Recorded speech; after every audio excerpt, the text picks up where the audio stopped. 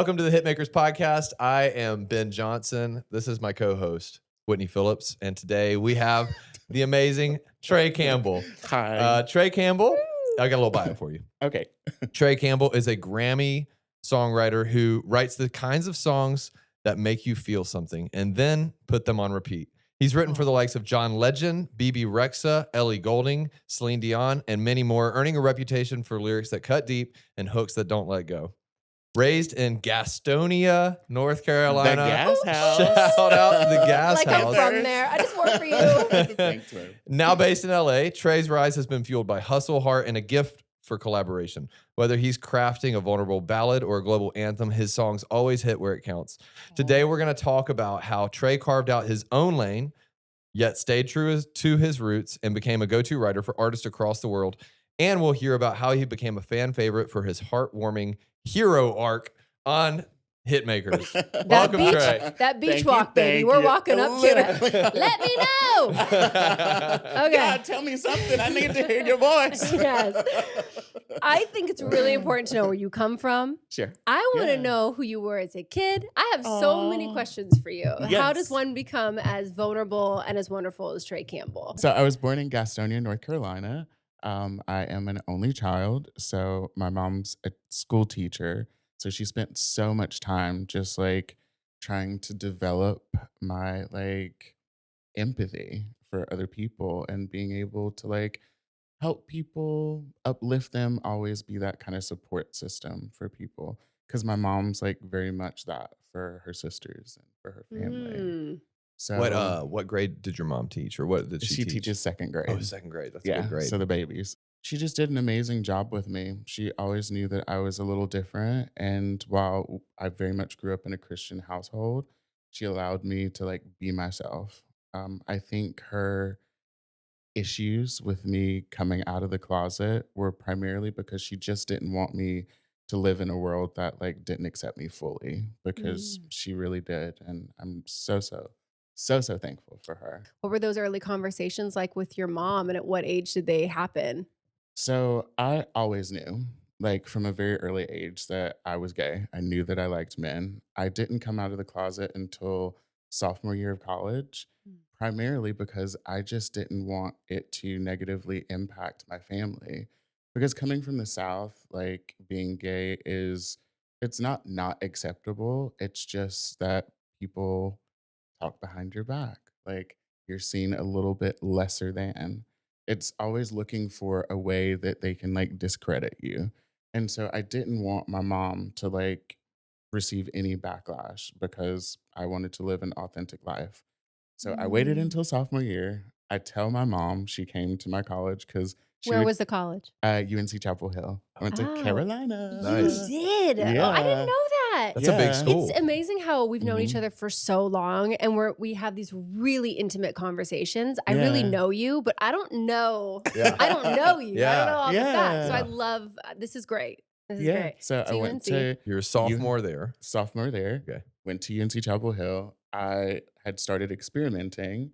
So before any word could get back to my mom, I was like, I want her to hear it from the horse's mouth. Yeah. Right. And I told her, and she was like, so how do you know? And I was like, I'm well aware. I don't think we need to get into the Yeah, yeah. specific details. Right. but You're like last Saturday. last Saturday, I was in a club, and So what was your major in college? the reason why I don't talk about college that much is Okay. because of my major. Yeah? So I majored in exercise sports science. Oh, okay. And being a chunky guy, I'm literally like, No, I literally don't tell a lot of It's people. just funny. It's No, like, literally. Yeah, I love that. I love that. I am a bigger guy, but I am healthy. yeah, I do no, work out. that so. makes a lot of sense. You know, to me, it's just actually. funny Yeah. because the scenes of the mayo on the show. I It's know. just like no, it's cute. Mayo is great, honey. Period. It is Oh, all no, organic. it's great. Don't Yes. do it. You know you loved it. Oh man, it's But- just like aioli. Come on. Literally. So why that major?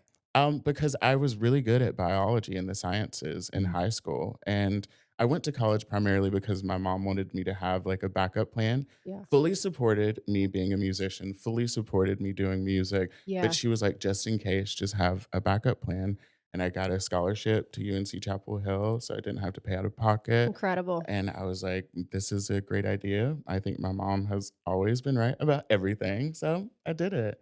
So what, Love that. talk to me about like how music was involved in your life when you were in college. So in college, I sang in an a cappella group called Tar Heel Voices. Wow. It was a co-ed a cappella group. I did music all throughout college because honestly, I knew that I wanted to do music. Mm. I was just trying to get this degree so that my mom would be happy and know that I had a backup plan just in case music didn't work out. Okay, yeah. Hmm. But I sang a cappella all throughout college. Did Is that every, like Pitch Perfect vibes?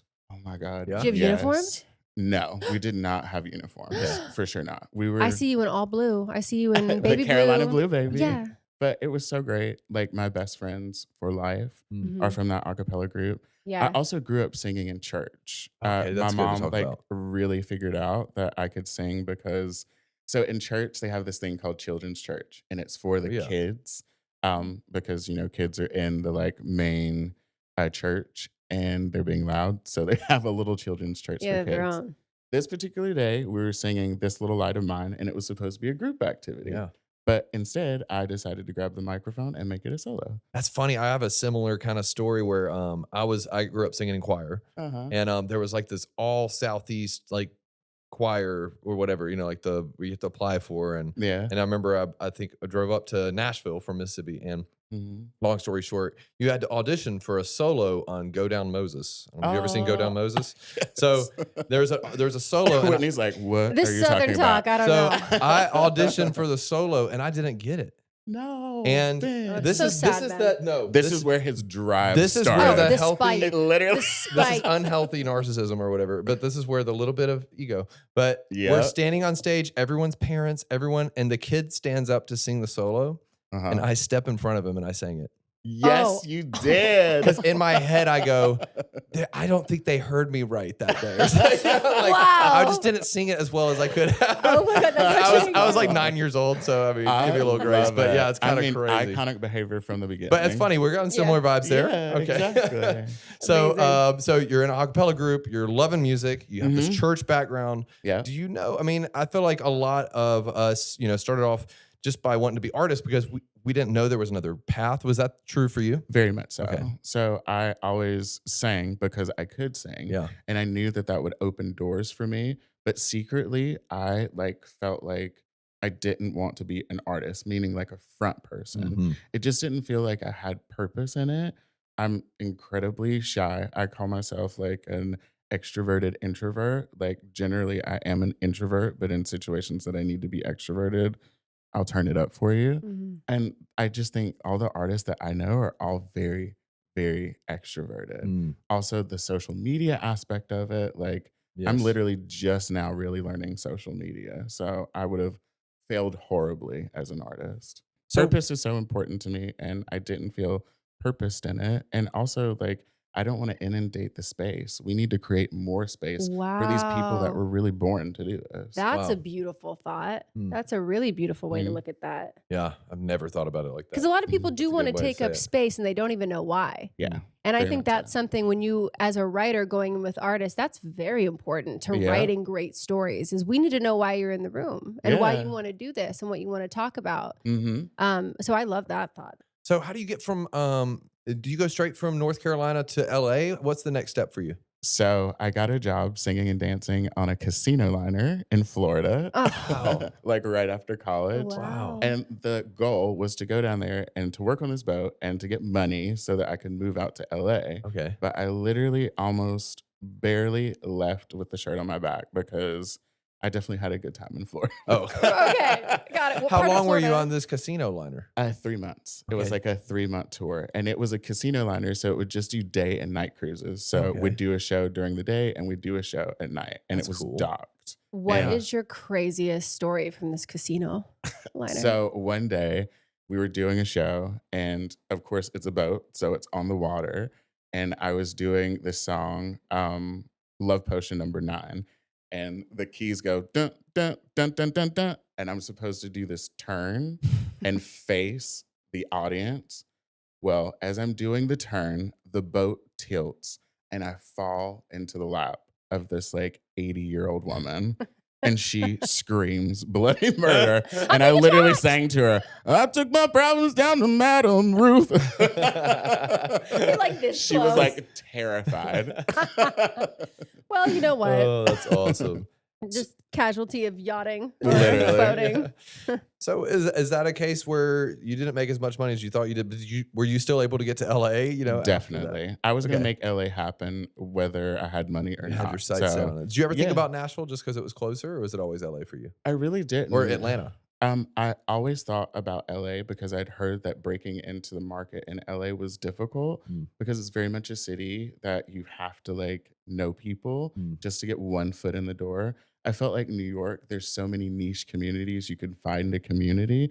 I wanted to have like the highest impact that I could. Mm. And I wanted the challenge of going to a new place that I didn't know people and creating a namesake for myself in like a really organic and authentic way. Wow. Sure. And especially for some of the personal things that were happening to you as you were getting Mhm. older, you probably wanted the oxygen Yeah. to step into those new roles in your life. Very much Besides so. yourself. Yeah. For sure. And I understand maybe wanting to get out of the South for a little bit just to experience something different. Yeah, For definitely. sure. What was the song that you wrote where you're like, I could do this? So for my senior year in my a cappella group, I wrote this song called Black Book. Oh, that's it. And the lyrics were 10 digits and a name in your little black book. And the way that the like audience responded to it, because I was the first person to actually write their original senior song. Because like each person in the group, Yeah. your senior year, if you didn't have a solo before, you got a solo. And I was like, I want to write my own because I potentially think songwriting could be great for me. It's Wow. a way to use my voice, but to also like help people find their paths. And that was what really made me think, yeah, I could potentially do this as a Wow. career. That's amazing. So the game plan coming to Los Angeles, what was the goal? What was the biggest goal? The goal, first and foremost, was to find a job so that I could Okay. keep a roof Okay. over my head. And what Smart. was your first job? So my first job was working for Anthropologie, the clothing company. Yeah. Amazing. Anthropologie helped me so much because they have this ideology about like inspirational and aspirational. And it's something that I've taken with me like my entire life. Inspirational is that thing that you're like inspired by that you can touch. Like it's something that you see yourself in. Aspirational is this thing that you may not ever be able to touch it, but you want it and it drives you to be better. And I really like took that to heart because I'd never heard it explained that way. So I'm constantly always trying to like inspire, have people feel inspired by the like music that I'm creating, but also like aspirational, these big, insane songs that maybe you haven't lived that experience, but it transports you somewhere. That's beautiful. Yeah. So you locked down Anthropologie. Lockdown What's Anthropologie. goal number 2? Goal number 2 is to try to like acclimate into the music community. And I had like no clue how to do it. I didn't want to like present as an artist, but I had like a voice as like kind of this thing that I could use to connect with people. So I started doing karaoke competitions. Wow. Whoa. Because you could win money at these karaoke competitions, but they were also spaces where so many other musicians were just like shooting the shit. You'd perform or you would judge or how I would do the competition because I would hope to win. Like one competition in particular was like $1,000, and back then that was like rent. Hell yeah. Yeah. So What was your go-to karaoke song? oh God, it was always Lately by Stevie Wonder. Wow. Okay. Yeah. That was the Oh. one. You tried some different ones out and you're like, that's the one that's going to Yeah. make the money, you know? Literally. And Wow. then I'd also like just challenge myself. Like I would do fucking Evanescence. I would do Celine Dion. I would do all these like different genres as Oh. well, just to like experiment. Also see how people are reacting. Cause I wanted to be in music, but I didn't know exactly where. So I was just trying like so many things. Yeah. I wonder, we just talked to Jay Hart about his cut karaoke performance. I wonder what it would have been like if Trey had stepped on that stage. Oh. I wonder. Jay Jay little Hart face would The two have Titans. totally still won. And I would have been in the audience clapping for her. Got it. Okay, so the karaoke competitions. And what Yeah. did you kind of take away from that? What did you learn from that? So I actually won this karaoke competition, and there was a guy that was judging the competition that owned a studio. He Perfect. was like, I think you're incredible. I think you're an amazing artist. I was like, I appreciate all of that. I want a job because anthropology was not cutting it. Yeah. And I also wanted something that was like in music. So I was like, do you have a job at your studio? So I ended up working for him and doing like grunt work. So grabbing coffees and doing scheduling and stuff for Yeah. people.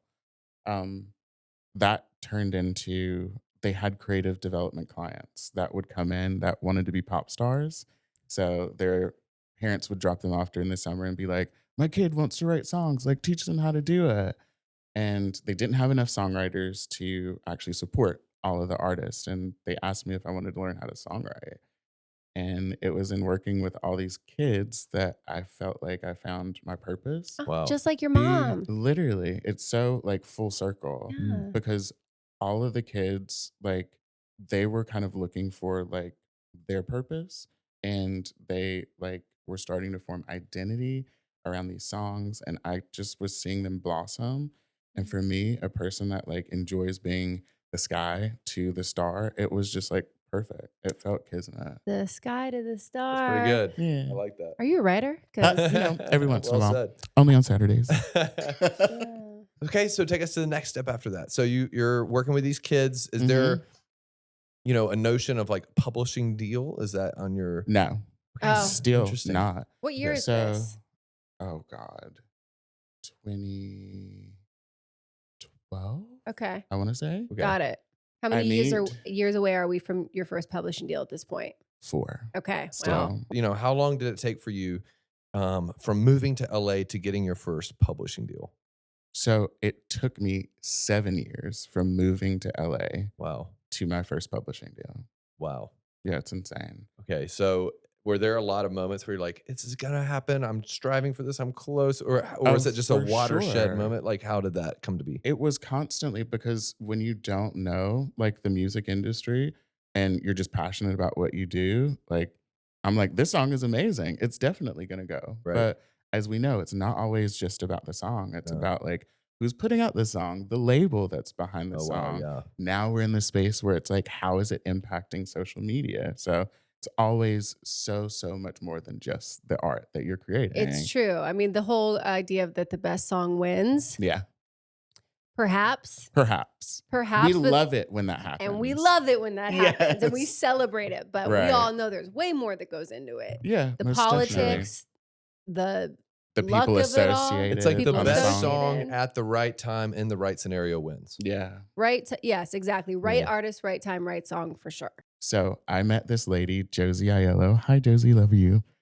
She was a ghoster for Cucurell. Cucurell is an incredible producer, vocal producer. Okay. And when you He say does- ghoster, just for the people out So a ghoster is a person that will sing vocals for an artist, whether it's background vocals or will double like lead vocals, but they're not credited on the record. They're paid a flat fee. They come in, they do the work, and they there. Work keep it for moving. hire. Work you're for done. hire. Yeah. Yeah. Okay, great. So she did that for years for Kook. I met her at the studio. She was telling me that she was doing a contemporary Christian project and she would love for me to like help her co-write it. I helped her co-write her project and she was like, I really feel like you should be doing this on a bigger level. And she introduced me to my first manager, which then turned into the dating of all the publishers and everything. Wow. How long Yeah. was the dating before signing? The dating was a year and a half. I Okay. dated. Which I would Which say is for your fairly- first publishing deal, when you're from meetings to signing, isn't that long? It's not too Yeah. Did you have something in the pipeline that they could work around, or was it just kind of blind faith talent? Yeah, it was really interesting. So this is like something that a lot of people like talk about. So when you're first starting, you always get that like one thing that feels like it has legs, and you're like, oh my God, everything's gonna Of change. course. I had written this song by myself with a producer for an artist, and the artist cut the song. And so when I'm doing all of my publishing conversations, this artist happened to be bigger, and I don't want to say the song, but this song helped me get into so many rooms. And then this song ended up not even coming out. Right. Yeah. It's wild how many of us have the same Yeah. story. It's Yeah. funny. It's almost a rite of passage. Very Mhm. much so. You've got to have that song that you go, this is going to change my life. This is going to be the one. Yeah. And you know what? We talked about this yesterday. Sometimes that is the song, but it's just the song that leads you to the next one. Exactly. It's a vehicle. It's a vehicle that gets you where you need to be. Yeah. And even if it doesn't do all the things you expect it to do, it'll still do what it needs to do. I love rite of passage, the way that you said that. I think that is a perfect way. A catastrophic disappointment in this industry is a rite of passage. It is. Yeah. You're primed. I'm a little nervous talking about this because, as you know, like our relationships with our publishers are very, very important. What I have come to discover is that some things in contracts, like MDRCs, are to hold time because I have been working consistently for years and I've been stuck in a situation that has been holding time.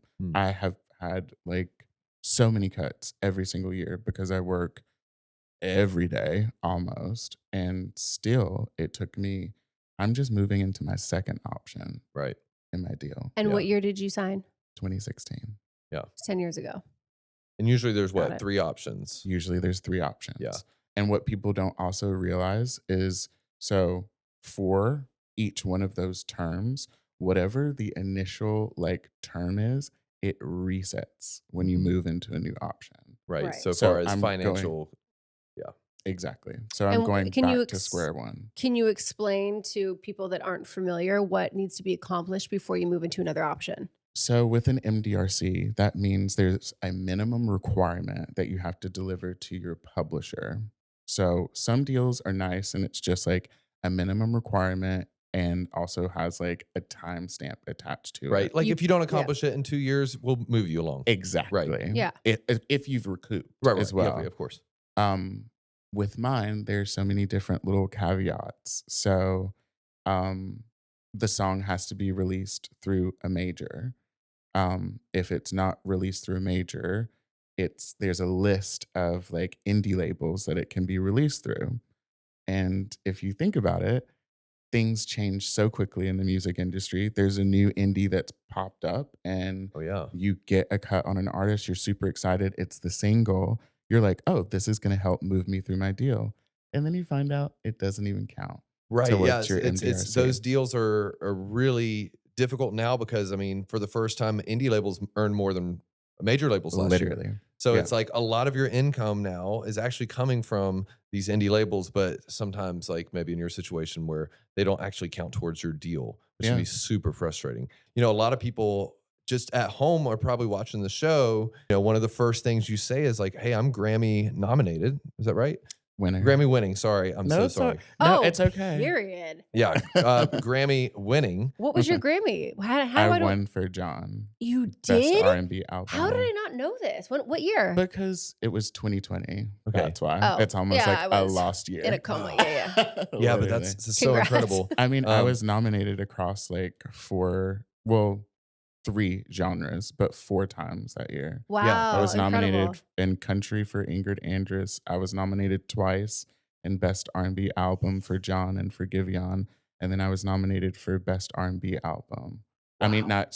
Best Reggae Album for Skip Wow. Marley. Oh, Wow. Across all, it's funny you say I was nominated all these different genres, and sometimes you think in categories, and sometimes you think it's the same artist, but that's Yeah. really impressive to have so many different artists. That just kind of speaks to your being the common denominator in a lot of these things. Thank you.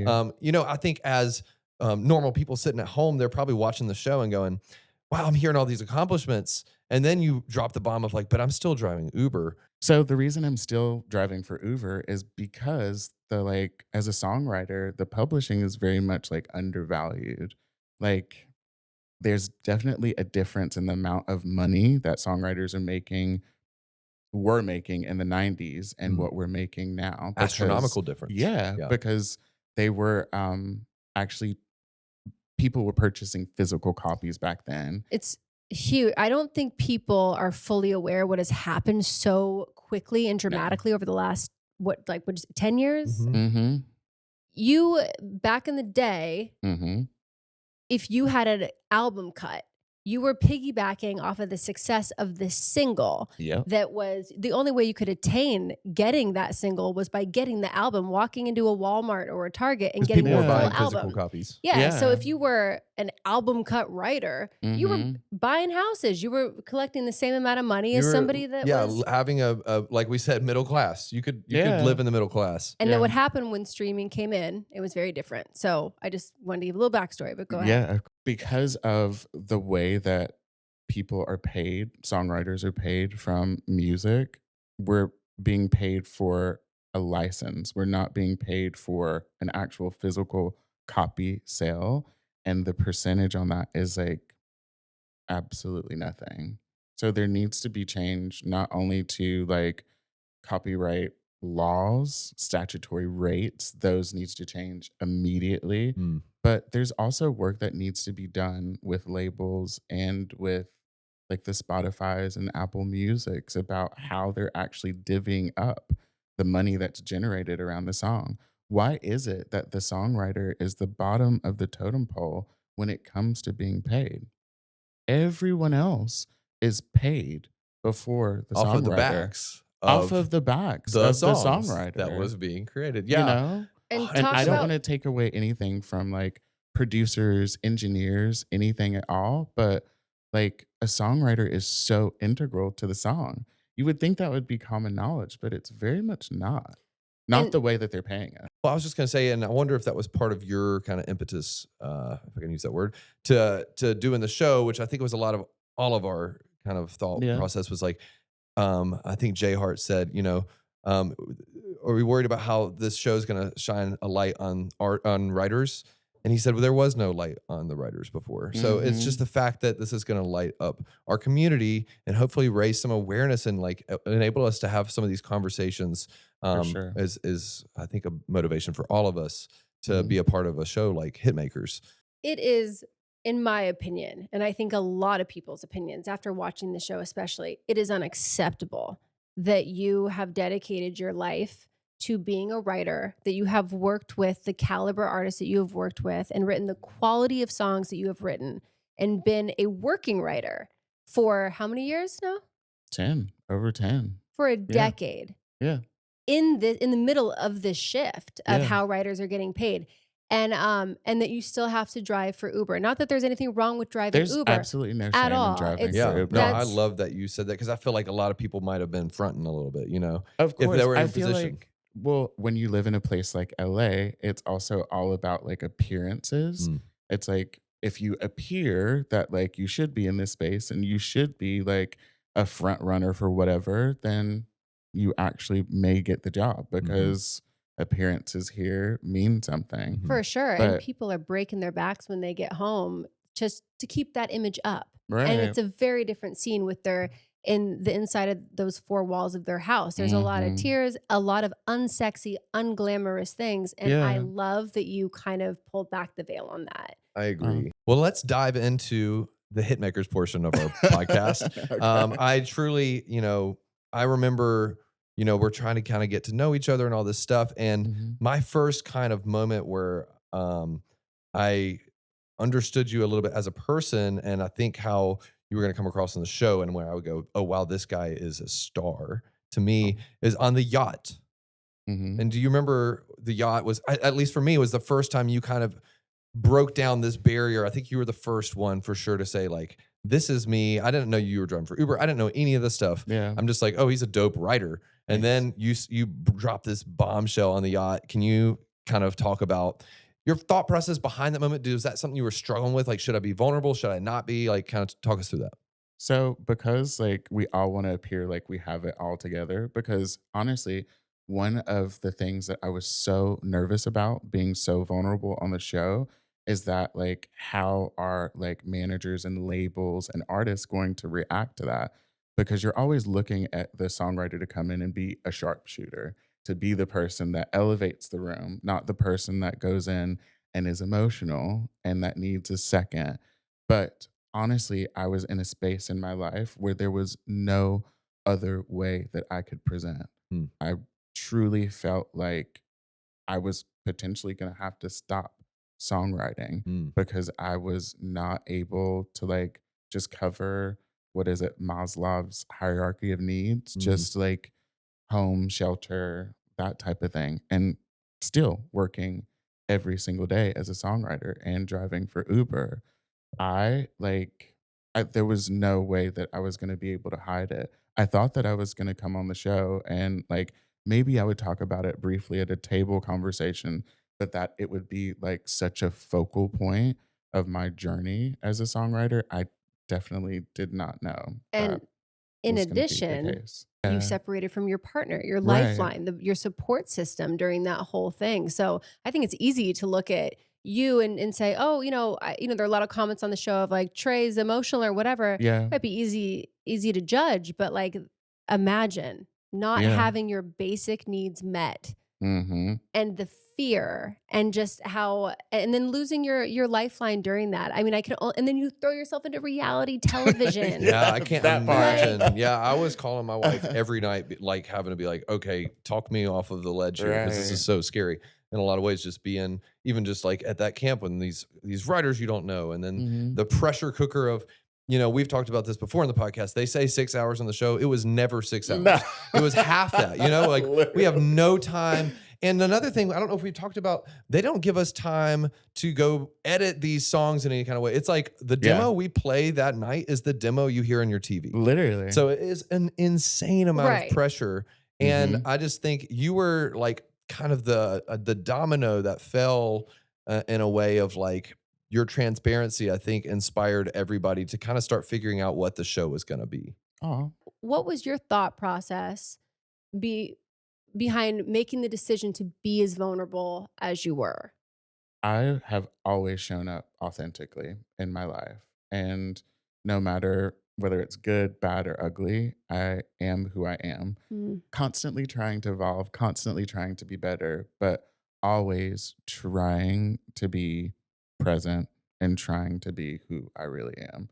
So coming into the show, I was never trying to be like, oh, this is my storyline. People kept saying storyline as we're filming. And I'm like, what do you mean storyline? This is like my real life. Like, I didn't come on here to be a character. I didn't come on this show to be a storyline.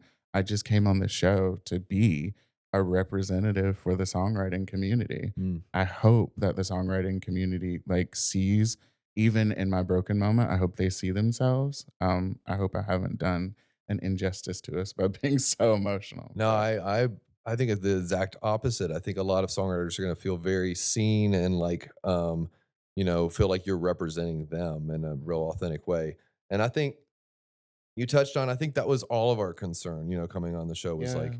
hey, are we going to represent our community well? How are our contemporaries going to feel about us? Are they going to feel like we're, sellouts? Everybody took that leap of faith, and I think you showing that extra amount of courage to dive into your emotions as much as you did was just absolutely courageous and brave in and Thank of you. itself. So you Thank should be super proud of yourself. I agree. Thank you, babe. I That- feel like just like with a song, you play a song for a test group of 5 people and you're going to get 5 different opinions. Mhm. I really felt like if I showed up as my authentic self, whether people loved me, whether people hated me, I would sleep sound because I knew that that was who I was then. Watching the show back, the one takeaway of myself that I have Mhm. is it's an accurate representation Yeah. of where I was in my life. Hmm. And that's Good way to all look at it. you can We- ask for doing something like this.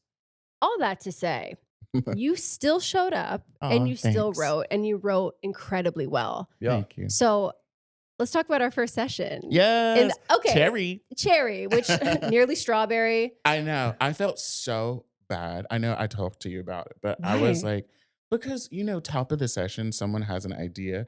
I'm the type of songwriter, I'm always trying to like support, create space. I want this to all work. I want everyone to feel amazing. Oh, yeah. And then to be that songwriter that someone throws an idea out and it's the first thing. Oh, And you have to be baby. like, not that. If it we have to was shoot down Teenage the Dream, idea. I would have pushed back, but it was a fruit. Like, we're in a good place. No, I Don't actually worry. made fun of her pretty hard for the first session of the entire game because you've worked with Whitney a lot. And I she's love such a her. conceptual person. She really is. She always I comes love in, that and I about her. know, I'm sure there's editing and stuff. You have probably had a million ideas that day, Mhm. but it is funny to me that she comes in haunted by the word strawberry. What's funny to me is like we're so quiet in our session, and we're just so like I sound haunted. I'm like cherries, like strawberries, and you're like, yeah, and we're just so Y'all are locked whispering. in. It is funny. It was ridiculous. And then also it's in that first session, what I noticed is we kind of just drop the title and then we disappear. Yep. And then you hear the song at the end of the session. You don't really get a chance to see our dynamics and how special the day was and creating melody and all the things. Like, tell me about that first session. Yeah. In that room and how you settled into just being on the show. I mean, the first session is always nerve-wracking because there's so much pressure to deliver, just first and foremost. Then you add on the additional pressure of wanting to impress your like colleagues, your friends. So I was like shitting my pants, honestly. I've got you over here who's insanely accomplished, my best friend. Always want her to think the absolute best of me. And then I have Harv, who literally can play every single fucking instrument in the room and then also has the hits to back up the namesake. I'm literally like, don't fold, don't fold. Yeah.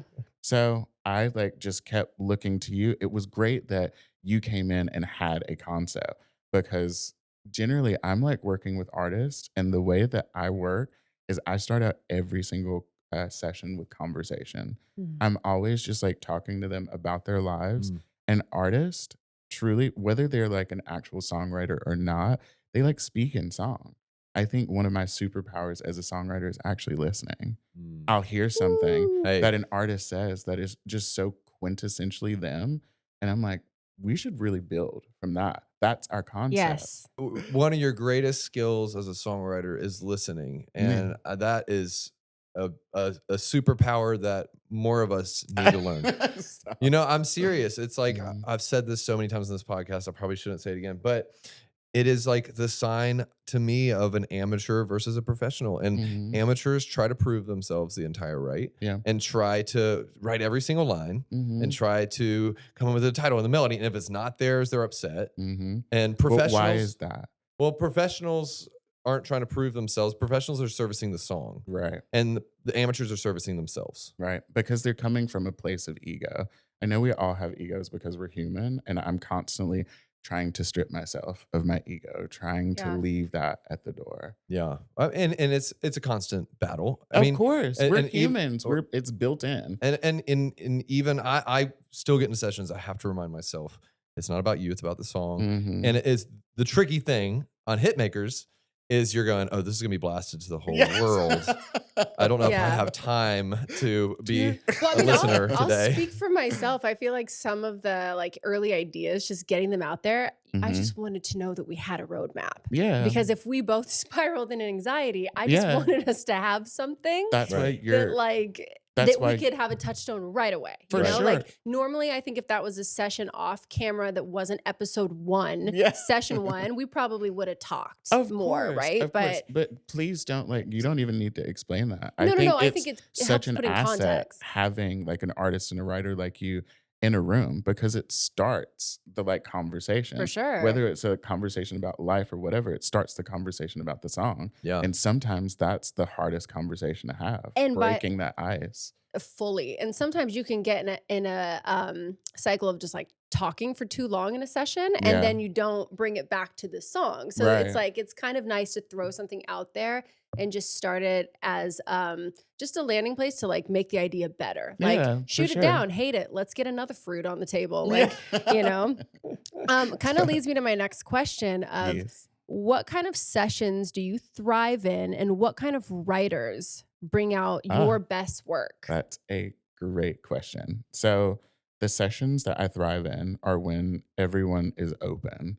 I always walk into a session and I am trying to learn something new, a new tool, learn something new about a writer that I've worked with a million times. Every single time I try to come in with no preconceived notions. So when I'm walking into a room with other creatives that are open and that are curious about all the other people in the room, those are the situations that I thrive in. The writers that I guess I don't necessarily thrive with are the ones that do come from a place of ego and are much more concerned about serving their self than actually serving the song, like Ben said. Do you have a favorite session from the from the show, Um, whether it was made the cut or not? for sure, it was my session with Nova Wave Yeah. because Day by day. day by day. Okay. Yeah. That was a hard session for me because that was, as you said, when the domino officially fell. Mhm. But just being with two people that are so insanely talented, so accomplished, creating space for me there, like it, I'm gonna be honest, like doing the show has like really changed me Mm-hmm. because it's rare that you actually get to see yourself third party. Hmm. I think I have built my life and my career on like helping and serving other people. And for the first time seeing this show, I felt that like I deserved empathy. I deserved space. I deserved like someone like wiping my tears instead of me always like wiping someone else's. I just, it was maybe I would have never come to this conclusion in my entire life had I not done the show.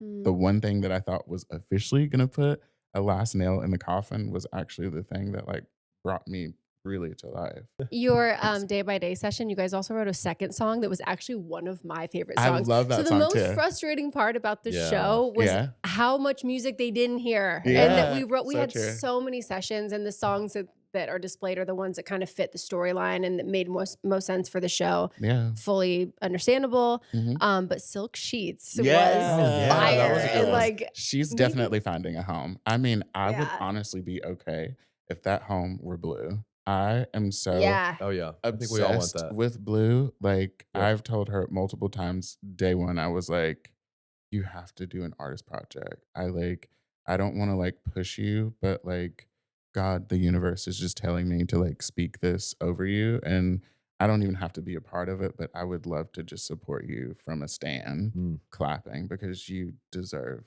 to be on stage. Wow. Oh, I did have a question about Cherry, just because of your relationship with John. Sure. Did you have a feeling that Cherry would get picked?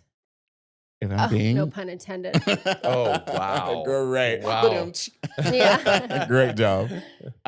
Honestly, I thought he was gonna choose Rescue You. Yeah, same. Knowing him, like It's funny also, I don't remember us ever pitting against each other. But it's pitting. not- Y'all were Sorry. hilarious. It was at the funny they table. edited that in a way of like making us look like we were adversarial with that. Your not face, at Trey? all. I mean, I was like, really? I don't remember. I know. I was like, I don't remember that at all. Yeah, I think they told me to never. say sorry, Trey, maybe, but I mean, I don't remember. I don't remember ever feeling any type of way about that. By the way, sorry. No, I'm guys. such a champion of great art, whether I'm a part of it or Yeah. not. Like, and Rescue You is just one of those songs that feels evergreen and feels like quintessentially John. Yeah. Yeah. So when you were playing songs for John, were you a little nervous? Of Or no? course. I was literally like, do not embarrass me on this show, John. Okay. I love Rescue You, but you better say my song. Yeah. One of my favorite hilarious moments of the show, and he picked on me enough all season, so hopefully he takes the punch on this one. But when Tommy comes after Cherry and says it's a little too conceptual, I know. seeing Tommy's face when John says, I think Cherry's the one, I was Literally. like, let's fucking go. I was like, clip. That's They didn't so put it in the funny. show, but I was just like, Whitney's gonna be so excited. Yeah. Oh. No, I thought it was so great. A really like pleasant surprise. For you know? sure. I mean, the song is absolutely amazing. It's really You good. did such a brilliant job. It's in such like bare bones form too. So like Yeah. I think there's, people might be listening to it as a finished product, but I think John as well as us see the potential for it and how For like his sure. vocal would change it, how production could be shaped more around it. Right. So This is also yeah. a part of the process that I personally love. I love if it's a pitch record, it gets to the artist and seeing the artist like take it and Make personalize their it. own. I feel like beautiful. that's something that like a lot of people that are lovers of music don't get to see. Yes. So I'm like super excited for people to see these songs released, to hear the lyric changes, to hear how that lyric actually suits the artist better. Oh my But God. to see how you can create a body that is a great vehicle for an artist and how they can like shape that. And that's an art in and of itself. I think Yeah. when fans of these artists say, well, they don't write their own stuff or they always write their own stuff, it's like, okay, even if they take an idea, they Mhm. still make it theirs. And they're writing Exactly. through that process. That is a writer's mind. These Yeah. artists are still doing they're still songwriting as they're vocaling it and bringing it out to the light. So Yeah. Is there anything that made the show you wish hadn't? Honestly, no. Is there anything that didn't make the show that you wish had? Made the show that I wish hadn't. No. I'm like How about vice versa? everything, like I stand by that. Yeah. Anything that I wish made the show that didn't. Honestly, Wit, I know you might not feel this way, but Okay. like our conversation in my room where Oh, you wow. actually told me about what you were going through, like I really wish like that made the show because I feel like, and I know it was your choice. I would have loved that for you because I just know people would like connect with you. They're already connecting with you, but they would just connect with you on a deeper level. Yeah, our rooms were right next to each other in the Yeah. Bahamas, and it was perfect Yeah. because, like Besties. besties and have known each other for so long. So I felt at that moment, things were starting to change for me. And I Mm-hmm. was keeping it really close to the chest, but Yeah. you were my lifeline. And so Mhm. walking over to your room and starting to share things, Right. we had a specific conversation Mm-hmm. where there were tears, Yeah. and it just, you and I, Was So it I on- wouldn't have been the only bitch crying on fucking national Period. TV. Was it Well, on honey, camera? yeah, It wasn't. I did. What was not on camera? The only thing that wasn't on camera was us like going to the bathroom. Literally. Let's talk about another thing that's not on camera. The boat day. Oh my God, stop. So- See, I wasn't going to bring it up. All Why? right. No. This It's is so funny. this is you know? my I The didn't mention this lore. on my episode. It was so unfortunate when it was happening. I was like, this is mortifying, but tell Explain. them, Okay. like, the Yeah, so we had backstory. these excursions, right? And none of these excursions made the show. We I know. went and Why? ran with these pigs for Literally, some just reason lost on my the life. Bahamas, and then Literally. we rode horses in Nashville. We did all this stuff. But specifically for the pig running day, Yeah. we're in this boat in Bahamas. We get up to this island. We can see all the pigs running around the beach, Mhm. and they park us, I would say, pretty far away from There's shore. no dock. There's no dock. So they're just like, all right, everybody, Production's on a dock. everybody jump in. It was kind of Yeah. crazy. And we have our mics on. They're like, you got to hold your mic above your head. Like all this stuff was Yeah. kind of crazy. I'm And fully so- clothed, by So the way. everybody jumps in, and we look back, and you'll see in the video, but and we see Whitney on top of Trey's shoulders, and Trey is walking like Superman through the water, one step at a time. Whitney on his shoulders, looking like the Queen of Sheba, if that's a thing. And As she she's should. slowly waving like this, and like Didn't even flinch. He said, "Get on my shoulders." Dude, it was- went, Well, because I really like you told us why, and I didn't want you to miss the experience first and foremost. Because nobody was like trying to figure out the situation. And I was like, to me, this feels like an easy fix. Just get on my shoulders. Light My as rock. a feather. wild.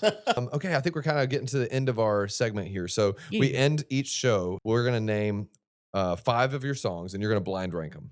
Okay. Okay. World We Created by Giveon. 3. Oh, no hesitation. All right. Okay. I just got to go with it. Let's go with Contaminated. Thanks. I'm going to put that one at number 1. Wow. Tell us why. Things really changed for my career because before working with Banks, I was only seen as an R&B writer. And then working with Banks, it just really opened my career up to like more pop sessions, more alternative sessions. R&B soul is always going to be a part of my writing, but I'm always trying to look for like different ways to like make it new, make it fresh. So I like loved her before, and I'm so thankful for her. That's amazing. Let's go with Always Love. Fuck. Bye. By Lauren Hreggy. 2. Why 2? Wow. Just real quick. So I think I've said this before, but there are these songs that like you help people write, and they're not necessarily what you're going through, but then you live a life, and then you actually go through that experience, and it hits harder. When Bruno and I broke up, that song literally, like, I can't tell you how every single lyric was literally our situation. And I wrote that song like years before we broke up. Wow. Timeless. Yeah. Let's go with Face Myself. 4. Okay. And then last but not least, You Move, I Move. Oh my John God. Legend. No, not John last. Yeah, John 5. I love that. That's so He's funny. okay with it. We've done enough songs together. He's okay with it. All right. I love that. Okay. And then the last game we play is a quick, we're going to name everyone in the cast. And then Okay. you're going to give kind of one word adjectives for whatever comes to your mind. Okay. So let's start with J Hart. Star. He literally is a star in every respect, like as a writer, as an artist, as a fashion icon, star. Let's go with Faraz. Comedian. Love He that. literally should have his own show. He can still do music, but just like talking to him, everything is literally a line that a comedian would take and would do a tour on. It's insane. Jenna. Sweetheart. Steven. Steven is Sagittarius for sure. Oh, It's really crazy. Like, because I learned that he was a Sagittarius early on and Bruno is a Sagittarius, and like sometimes like the energy that I pick up from Steven is very much like Bruno's energy. It's literally like the kid on the playground that likes you, but instead of being like, I like you, they push you, you know? Right. So like oh. Sagittarius sometimes is misunderstood, but Okay. Sagittarius, Harv. icon. I feel like he's already built an incredible career, but he's going to be like a Quincy Jones for sure. Tommy. Heart. I feel like he's really like the heart of the show. He really connected us all. He was the person that was like, he would lift you up just as quickly as he would like joke about what you're fucking going through. And you need both sides of that. Chi. Driver. The thing I love about Chi is she is going to get us there. Blue. Ugh. Everything. I mean, I'm so uncontrollably obsessed with Blue. I just think she deserves the world. 7. Legend. She's one of those artists that's like, this is just elevating her to exactly where she's supposed to be. Whitney. Baby girl. I love you forever. Ben. Not ending like Ben. Honestly, I would say teacher. Hmm. I feel like I learned so much from you as like how to like navigate the room. Like the session that we had where you and Harv were like going back and forth. You were still so calm, so collected. I knew you were really passionate about the direction that you thought the song should go in. And as you saw, I had a full meltdown. So like I was learning how to like be able to control your emotions in a situation that's pretty heated, but also you're just like an A-list writer, producer, artist. Oh, thank you. I appreciate that. Of course. Thank you so much for coming on Hitmakers podcast. Thank you for having me. And hopefully there'll be a season 2 and we can do another one. Yay! Yeah. Perfect. Thanks, babe. Of course. Thank you. All right.